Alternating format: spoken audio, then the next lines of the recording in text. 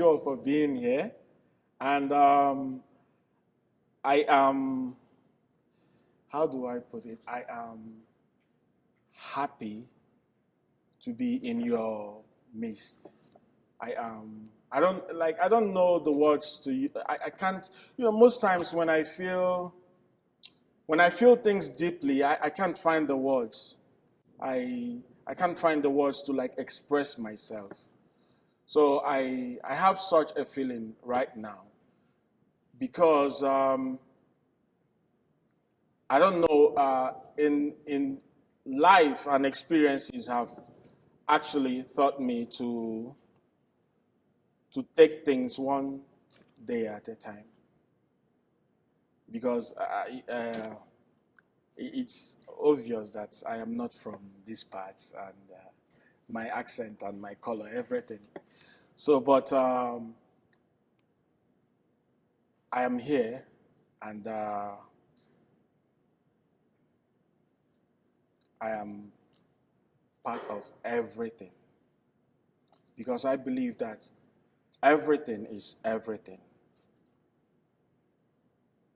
There are things like some fabricated cultural absurdities that tries to like create a divide amongst us. And it's not by accident, it is usually by design. And these fabricated absurdities or paradoxes, if you may, they make it so difficult for us to navigate life peacefully.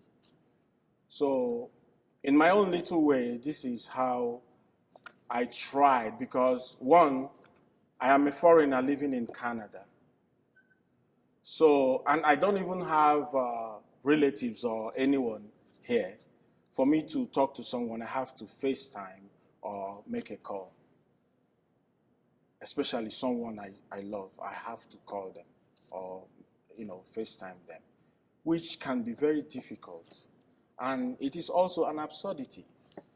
So, and it is the culture of, I would say civilization. Because you have to move from a place of where you are relatively unknown to a place where you want to be known. So that is what life is. And that was why, when I met, although I've met David before we talked about this. So it was at the Arts Commons then, and I told him if there is anything he wants me to do, that I'll do it. I said that, he's a white man, I'm a black man. So I said that because he has been honorable to me. So I felt like it will only be fitting if I reciprocate that the gestures he extended. So, and that is why I'm here today. So without further ado, I'm going to do a little reading. I'll read a little of what I've written, and then end every part. It's going to be in 3 parts, and every part of it with a poem or two. And the poems were actually written by, yes, truly, myself. So there are many prevailing philosophies from sages who have lived over the ages, some of which advise their adherents on the need to establish the superiority of the mind over matter, in that the human mind has dominion and must strive to control its environment so it can control its own actions and excesses. This has always been the way for many of us and has certainly helped most of us to find some levels of self-worth from within. As we consistently compel ourselves to take back our authority over life and dispense with it how we think is right. But the troubling question remains, do we actually have authority over life? What is the goal in this existence? What actually is the goal? Is the goal to control life and the globe that harbors it? Or is it to find ourselves and know ourselves so we can find harmony with life and the world that holds it? Or should we continue to run with the knowledge passed through our bloodlines that distinguishes us from others, which makes it really difficult for most of us to not revel in this inner standing that propels us to a plateau called the God complex? You know, that point where you think you are everything, that every other thing is, they are all like the rest of humanity are nothing compared to what you are. That's point of God complex. This belief shifts our perspective, assuring us we alone are the favored ones, demigods, and descendants of other gods. And we arrogantly confer on ourselves ridiculous titles and authorities over those we deem inferior, just to give our twisted souls the high moral grounds and the authority to kill, steal, rape, and destroy with impunity. And afterwards affirm with an unshakable conviction that we are actually doing God's work, our Father's work.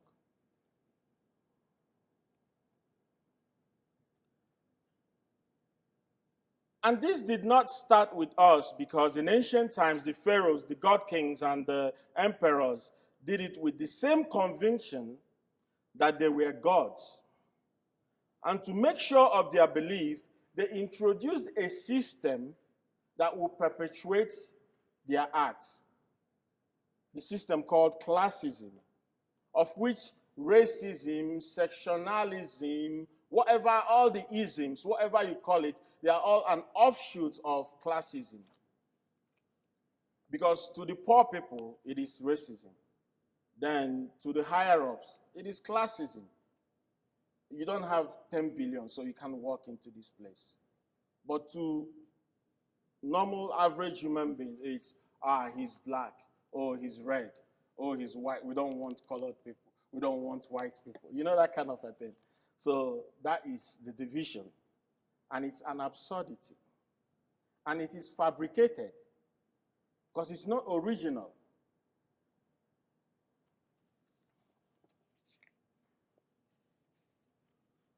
So classism, which is what we have broken down into many parts in our lexicon, as is crystal clear in so many cultures and societies, some even allow the practice of incest just to keep up with this absurdity and avoid mixing or the so-called soiling of their royal blood. All these genealogical gymnastics and prolonged enmity just to keep a bloodline pure and perpetuate senseless blood feuds and genocide that continue to repeat themselves, wherein the only change is that it takes on new forms as time oscillates. So, I come from what you would call an old family in the southeastern part of Nigeria. Like my last name my family, my last name belongs to only my family. So that is how you know old families in Nigeria. And in those olden times, they were usually maybe princes, soldiers, warriors, or merchants, but that is how you know the old families, because their name, because if you call, there is no NNamchi, like my last name, that I do not know. I know every NNamchi because they are part of that old family. So, and in these old families, there's a lot of crazy things that go on that people do not know. And that is why the families are usually formidable, always in unity, because there's a lot of things. Most of them are clandestine that binds these families together. So there is one of these things is a tradition that that happens. It's a kind of ritual that is that takes place when a woman puts to birth in my I don't know how to, is it clans? Yeah, in my clan. It's not like clan, but in my family, but it's a large family. So because it's not, because in a clan you have so many households, but this is just one family, but we have so many uncles, brothers, and all that. So the thing is, when a woman puts to birth, a diviner is consulted to decipher the past life of that particular person. And it starts with, first of all, they will find out if he came from the mother's side or if she came from the father's side. That is the first thing the diviner will do. Then the second thing is to find out what killed the person, what kind of life he or she lived while they were on earth. I noticed, and to me, I think it's an error. That is why I kind of removed myself from it. In all of these divinations, no one tells anyone what they are going to be in future. No one tells you that you're going to get married, have big cars, or you're going to have a disappointment, so avoid this schooling or avoid that so that you can get to that limousine or whatever thing that is out there. No one tells you that. The only thing they tell you about is the past. And this is how it goes. They call your parents and your older siblings, like if you have one, then they tell them, this one, he's from the father's side. This is the great-great-grand uncle of the father's side. And he was killed in a land dispute. Or they say he was poisoned at a party. Or he died without having kids or getting married. Because in our place, if you die without having kids or getting married, your life is forfeit. You are nothing. It's like you never existed. Because there is no one to, speak for you when you're gone. So these are usually the three things they bring up. But then, the next thing that happens is that they'll be like, and it was the people from that other family. They were the ones that killed him in the land dispute. Or it was John. It was John. John from the other side. He was one that poisoned him to death. Things like this. Then you ask yourself, what is the point? The plan is just to perpetuate a blood feud. But everybody thinks it's the culture, this is the tradition, this is what applies. No, because once the boy comes of age, the parents calls him, they sit him down, and then they tell him, when we gave birth to you, the diviner said, Michael, people from Michael's family poisoned you. So you have to be very careful. Or they tell you, in your past life, You didn't get married. We had to bury you in the forest. So you have to avoid it this time around. Or they tell you, oh, you know, it was Jessica that poisoned you in your former life. So you have to avoid everything concerning Jessica or her family. And then if the young man or young woman is a peace-loving individual, he or she will have to live the rest of her days playing hide and seek, because you don't want the trouble, so you have to protect yourself. You have to run away from people. You have to avoid people so that you don't die again.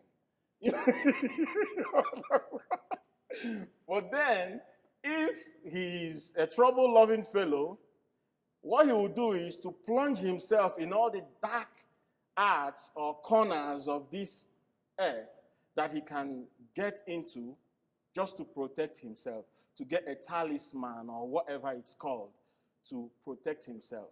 And then, from the day you are born, you are running from an enemy you don't even know. This is an absurdity. And it is fabricated.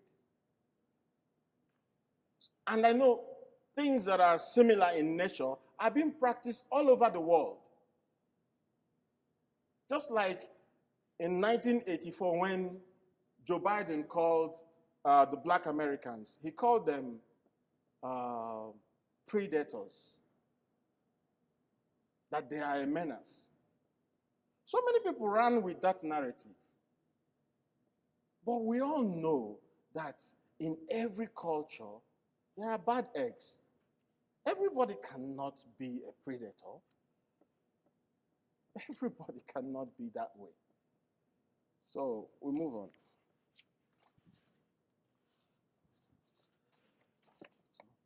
I know in my mind that this is one reason we have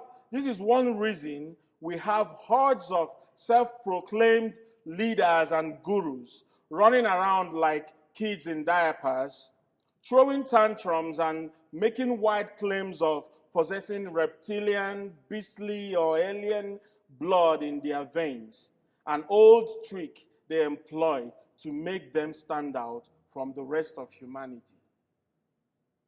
A low-hanging fruit of an attempt to establish superiority over others, forgetting that some of us are not daft. Because with the recent discoveries in quantum physics, most of us are now aware of a field in matter, in the deepest core of matter, called the unified field of matter. That the field is seen as the unity of all the forces and the particles of matter. It is not on the surface. It is in the deepest core of matter. It is smaller than an atom. But that is where all life issued from. It is seen as the unmanifest nothing. The nothing that creates everything. And that everything issued from this nothing. So if someone is saying that they have a dragon blood, it then means we all have this dragon blood. It's the same thing, because we all issued from the same thing.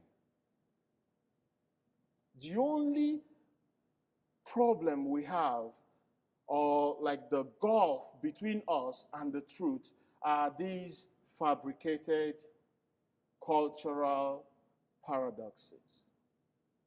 They prevent us from actually seeing things for what they truly are. And sometimes you can't even avoid them, because like for me, I grew up in a culture that if you're coming up, once you get to say 13, 14 years, you have to join the age grade. And to join the age grade, you must pass through some, initiation rites that everybody, goes through. And it is very, very difficult. It is the worst thing that you can, oh my God, it's not, but if you don't do it, if you don't do it, then you are not a man. And then you might think, oh, it's okay, I don't want to be a man. Tomorrow you're going to want to be a man. So that is why you have to go through that ordeal just to be called a man. I'm not knocking these cultures, but sometimes I think they overdo it. We overdo it just to prove some crazy point. So that's what life has been. So I'm going to read a poem before I get to the other side. The first poem, I wrote this poem a long time ago. I didn't even know I'm going to be doing something like this today. But I titled it, Everything is Everything. Even I posted it on my Instagram. Everything is everything. Everything is spiritual if you let it. The mind will agree with the spirit if you allow it. Because everything is one and everything. Even the actions you call an accident is a spiritual thing, initiated in the spirit and manifested in the physical. Life is a series of processes that are alchemical. From the abstract to the concrete, from the darkness to the light, from nothing to something. And with the mental transpositioning of dimensions, a stone becomes gold. And a rejected stone, the cornerstone. It's self-explanatory. It's just talking about, there are, I believe in life, the most important thing in life is for us to actually find who we are. So when you find who you are no more nothing. Your life is no more forfeit. Because you will be walking in your purpose. The second poem is about power and the people who wield it. I titled it Men of Power and Means. The first time I read it, it was at the Pit Bull in the Park series that was curated by the Poet Laureate of Calgary. So it goes like this. It's, once upon a desolate crossroad of men and means, where man and his worth is centrifuged, a crisscross of ineptitude and unbounded servitude, to the whims of state and men, whom in reflected glory basked. I chanced upon a circles of men, in a quadrangle of their insecurities, masturbating their puny egos like peacocks in heat, running amok. In an orgy of epileptic rhetoric, crushing sourly the masses' yearnings, spewing arrogance on the conscience of a society agog to see change.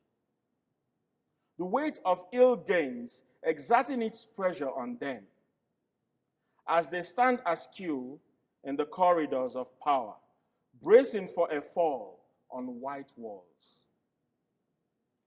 Leaning and staining with filthy hands the white halls, when instead Their uprightness should have been as tall as the white halls.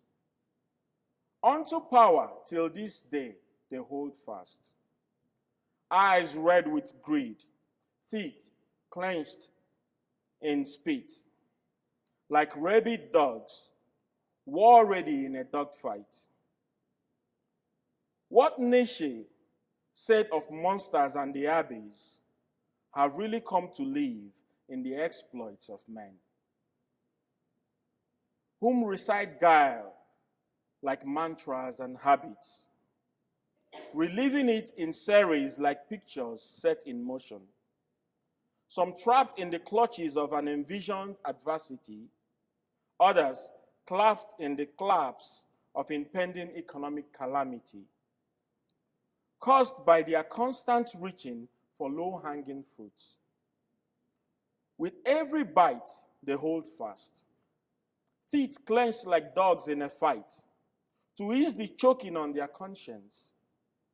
Complacency has become their ecstasy. Media crowd diving is their favorite pastime.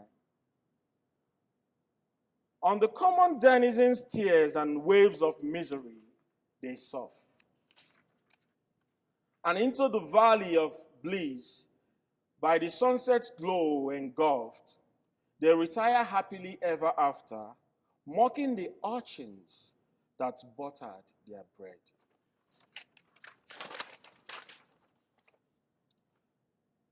This is actually about our politicians in my country. Because in my country, politics is like a dukedom.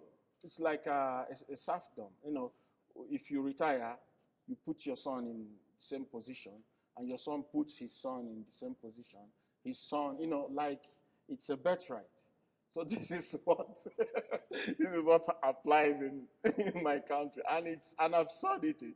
It's not good at all. So, and if you talk too much about it, you go missing. Or even or they will incentivize your relatives to turn against you. You become a persona non grata, an outcast in your own land. So that is it.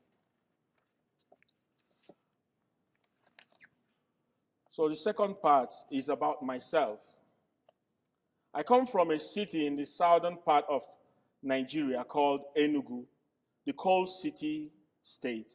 And my story is the same as that of every kid from a family of modest means, with a determination to change their human stories, nuanced by unavoidable circumstances, opportunities, or the lack thereof, which at its core depicts the narratology and comparative mythology we all know as the hero's journey, or the monomyth, expressed unconsciously through our unique perspective and actions. I had a childhood that was characterized by memories of laughter and lots of chores, lots of chores. Wild innocence and vulnerability.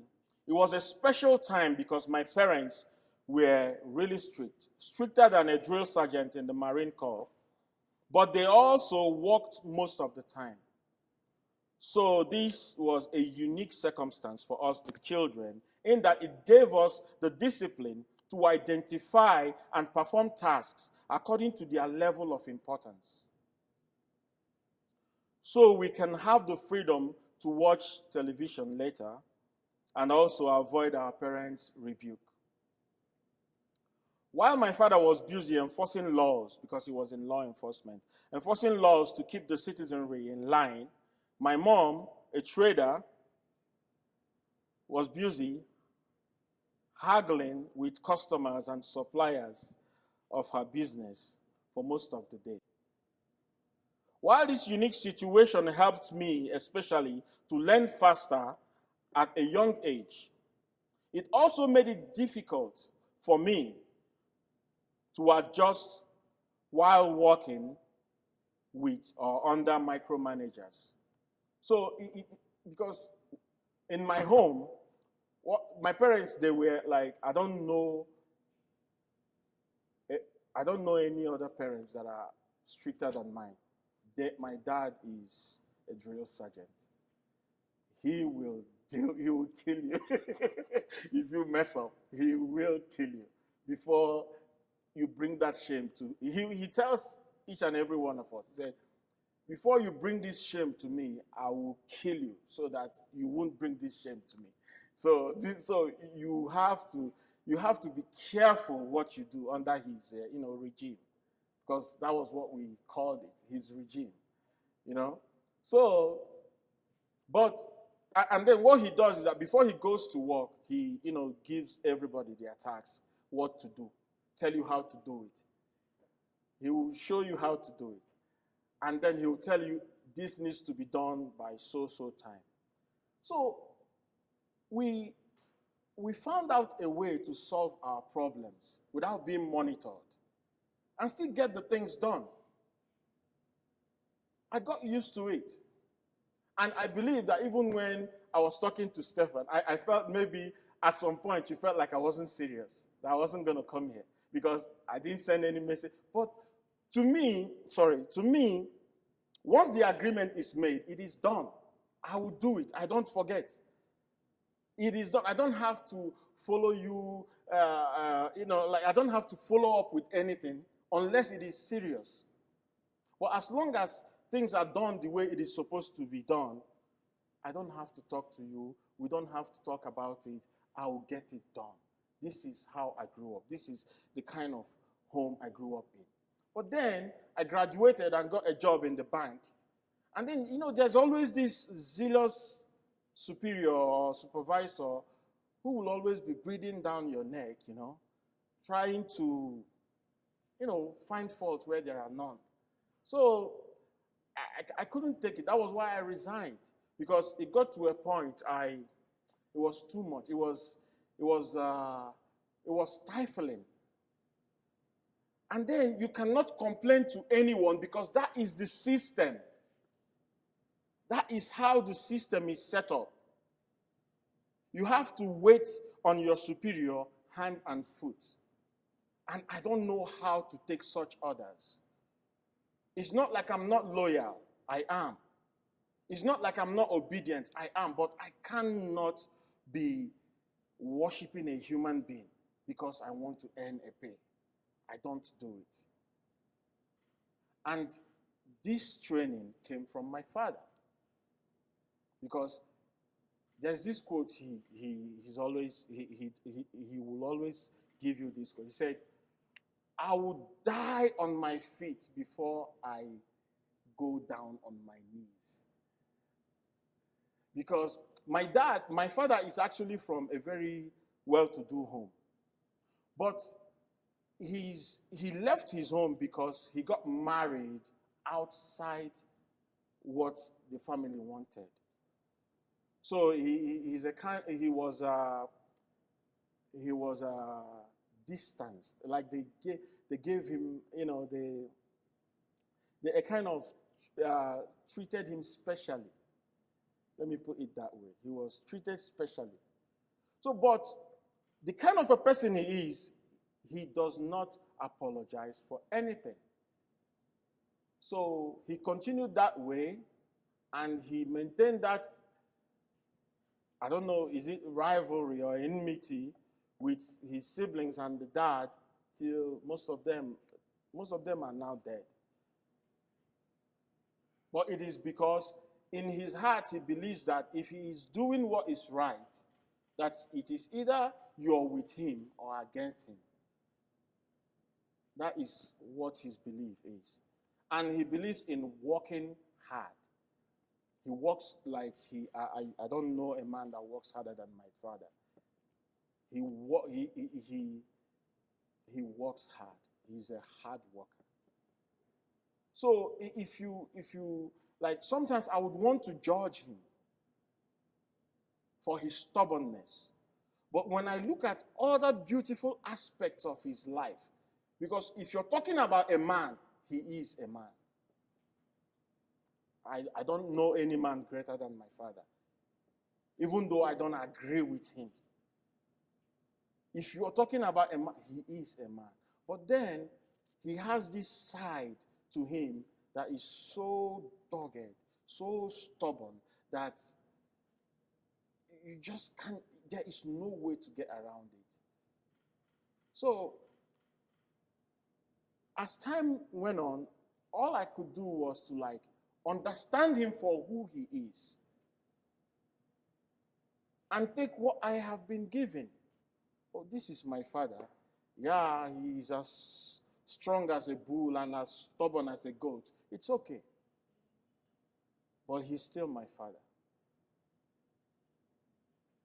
So these were the relationships we had with him. And look at me. I didn't end up badly. I don't smoke. I don't drink. And I'm still okay. so, so he did a good job. Yeah.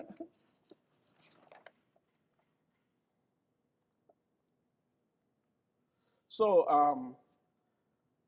I'll go back to this again. I had a childhood that was characterized by memories of laughter, lots of chores, with wild violence, wild innocence, and vulnerability. It was a special time because my parents were very strict. But they also worked most of the time. So this was a unique circumstance for us, the children, in that it gave us the discipline to identify and perform tasks according to their level of importance, so we can have the freedom to do other things that we love to do. While this unique situation helped me, especially to learn faster as a young child, it also made it difficult for me to adjust while working with micromanagers because my parents' approach was different. They'll give you a task, a deadline, and allow you to do it how you please within the allotted time. This was life during my preteen years and early teenage years before my grandparents took me in to live with them. But when I came back home to my parents as a young adult, everything had changed. Everything had changed. My father grew softer. Now my sisters, because I left home because I was really, really stubborn, you know. I was always giving trouble. And then my grandparents now said that they decided to take me away because they felt that my father would kill me if I continued to live with him. so they took me away. But then I came back as an adult. But then when I came back as an adult, my sisters are talking about marriage and having kids. And there's another good side to the strictness of my father. I grew up in a place where teenage pregnancy is rampant. And I have 5 sisters, and none of them got pregnant outside wedlock. Because they know that my dad will kill them if they ever get pregnant. They know he will do it. So nobody got pregnant. And they're all married now. Even one lives in the US with her husband. So there is a good side to it.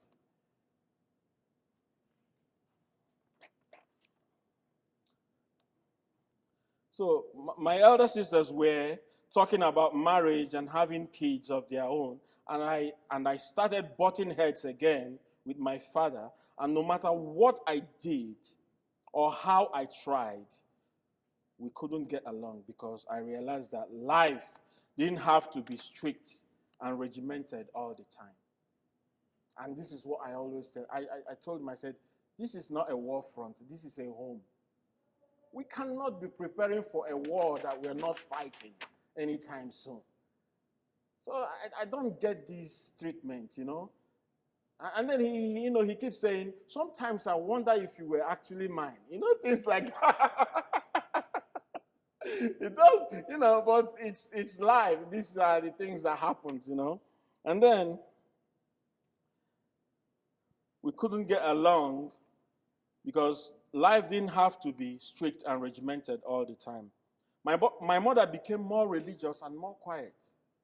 She became a born-again Christian and would even lock her stores just to attend church, something she never did while we were young. You know, I started noticing these changes, and it was like we were all growing apart. Because growing up in that family, my best friend was my younger brother and my sisters.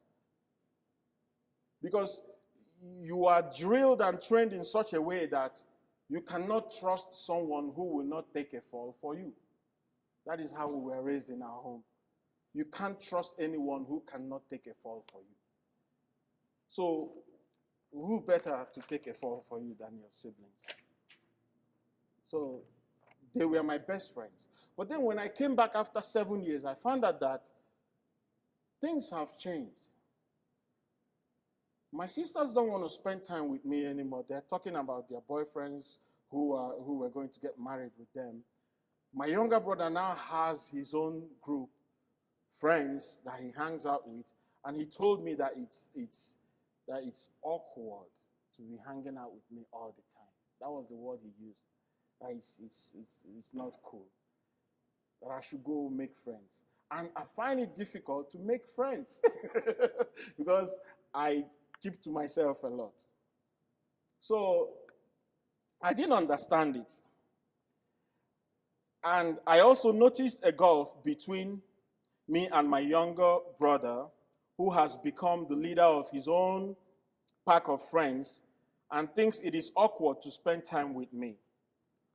I understood that these changes were as a result of their unique expressions of maturity. But it hit me like a gut punch because I did not grow into these changes with them. Because I was away while they were, becoming who they are. So when I came back, it was a shock to me. I did not grow into these changes with them. And as saddened as I was, I accepted the development, knowing that we had our times in the sun and share a bond that is anchored at the crux of our core.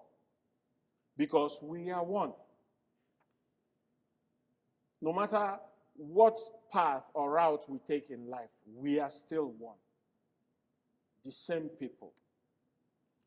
Though our paths may differ with distinct routes and detours, or our end goal remains the same: to take nothing too seriously, not even injuries suffered, and to always be willing to hold hands and walk with each other amid trials and tribulation. This is what my father always tells us. He says, nobody is going to love you more than your sibling. And no one in life is ever going to hurt you more than your sibling. So don't ever take it seriously. Just roll with the punches. When they come to their senses, it will be over. And you'll be glad you did not, oppose them or, get into an unhealthy rivalry with them. So these are like the philosophies of my dad, even though I don't relate with him that much. So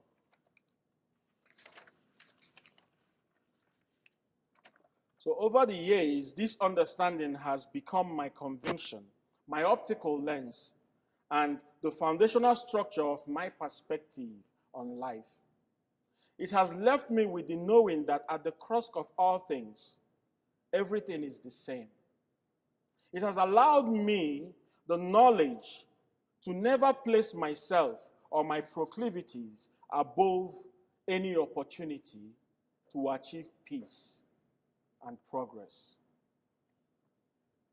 To walk and walk with many humanities if possible, and maintain my discipline, self-worth, and unabridged freedom to express myself, in addition to being constantly aware of what the time is. Because my dad will always tell you, you need to be aware of what the time is. Because if you cannot tell the time, you cannot tell your way. You cannot know where the wind or the rain will sweep you off your feet. You cannot know these things. You need to be able to tell what time it is. These were his words. So instead of placing my mind over matter to control, twist, and bend energies to my will, which often results to conflicts of interest, I walk with what is given. By allowing my mind to lay beside matter harmoniously in order to maintain a continuous upbuilding that permits a voluntary interchange of knowledge and the healing that comes with learning. I try not to force activities because there is an interchange of ideation between the abstract and the concrete. A communication of purpose that gives structure and meaning to one's unique perspective on everything. This communication and sometimes protracted indoctrination, either enforced or impressed upon, aims to alter a shared collective inner standing of ourselves and our environment through the enforcement of boundaries that may subvert the power of our commonwealth. The general good embedded in our true nature, which can be clearly seen in the unassuming expression and exhibition of the goodness we harbor within, with a forethought and a foreknowing that we can actually understand each other on a deeper level if we can voluntarily activate that beacon of homogeneity residing in all of us. It's possible. We can do it. I know it's possible. We can all do it. All we need to do to achieve that is to just be human. That is all you need to do. Just be human. Knowing that you have limitations. Knowing that you have your proclivities. Knowing that there are other people who feel what you feel, that you are not alone. That is all it takes to get there. Just be human. So I'm going to read two poems. One is Paradise Lost. The other one is All That Matters. Paradise Lost. You grieve the loss of forever, I know. It is all in your actions, the pain of losing eternity. It is all in the anguish and desperation you express.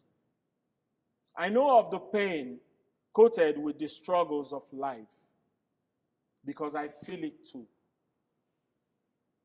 We are all one and the same. Astral sojourners marooned on the island of Ephesus. When the eyes cry, the nose cries too.